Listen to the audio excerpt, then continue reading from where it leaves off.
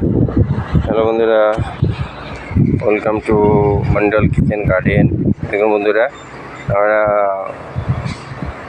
তামিলনাড়ুতে পুঁই শাক করেছি। আর পুঁই শাক আমরা প্রথমে একটা ডাঁটা পেয়েছিলাম, পুঁই শাকের ডাঁটা। সেই ডাঁটা কেটে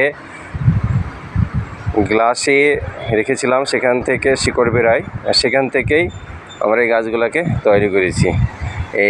এগুলো অক্টোবর মাস আসলে 1 বছর হবে, কারণ গত অক্টোবর মাসে এখানে দুর্গা মন্দিরে একজন পুঁই শাক রেখেছিল, সেখান থেকে নিয়ে এসেছিলাম।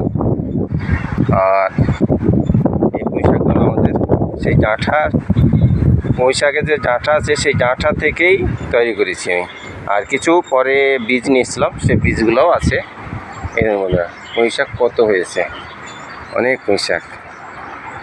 এটা হচ্ছে তামিলনাড়ুতে, এখানে পাওয়া যায় না, বাজারে পুঁই শাক একদমই পাওয়া যায় না। এই জন্য আমি, বাঙালি আছে তারাই, কিছু কিছু বাঙালিদের কোয়ার্টারে দেখতে পাওয়া যায় এসব পুঁই শাক। তো আমাদের কাছে বেশ অনেকটাই হয়েছে, আগেও বেরিয়েছে। দেখুন কত সুন্দর হয়েছে, অনেকটাই বেরিয়েছে।